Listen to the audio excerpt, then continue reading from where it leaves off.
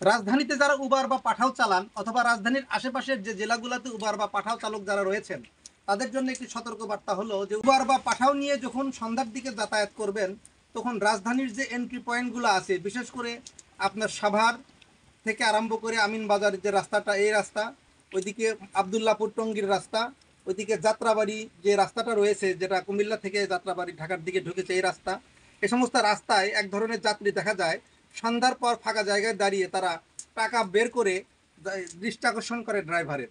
মানে তাদেরকে এমনভাবে বোঝানো হয় যে আমি আপনাকে টাকা দিব, ভাড়া দিব, 500 বা 100 টাকার নোট বের করে এরকম এরকম করে। এই সমস্ত যাত্রীদের থেকে সাবধান। কয়েকদিন আগেও কিন্তু এরকম কয়েকটি ঘটনা আমরা শুনেছি গণমাধ্যমের কল্যাণে, এবং কিছু নিউজে এসেছে যেখানে দেখেছি যে এই সমস্ত যাত্রীদের দ্বারা ড্রাইভাররা কিন্তু চিন্তার শিকার হয়েছেন, দুজন কিন্তু মোটরসাইকেলও খুইয়েছেন।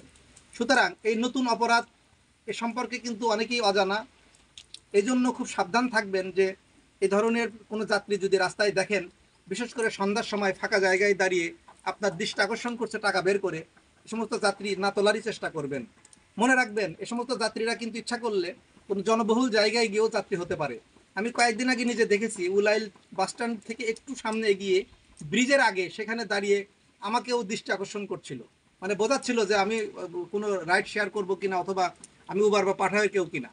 তাহলে বোঝা গেল যে তারা কিন্তু ইচ্ছা করলে ওই কিছু দূর এগিয়ে গেলেই কিন্তু স্ট্যান্ড, সেখান থেকেও কিন্তু তারা উবার বা পাঠাও চালকরা সিরিয়াল করে দাঁড়িয়েছে, সেখানে কিন্তু তারা মোটেই চেষ্টা করছে না, চেষ্টা করছে কোথায়? ফাঁকা জায়গায়। সুতরাং এই সমস্ত ফাঁকা জায়গায় কোনো যাত্রী তোলার চেষ্টা করলে বা টাকা বের করে দৃষ্টি আকর্ষণ করলে সাবধান থাকবেন। কোনো বিপদ আসার আগেই সতর্ক থাকাই কিন্তু সর্বোত্তম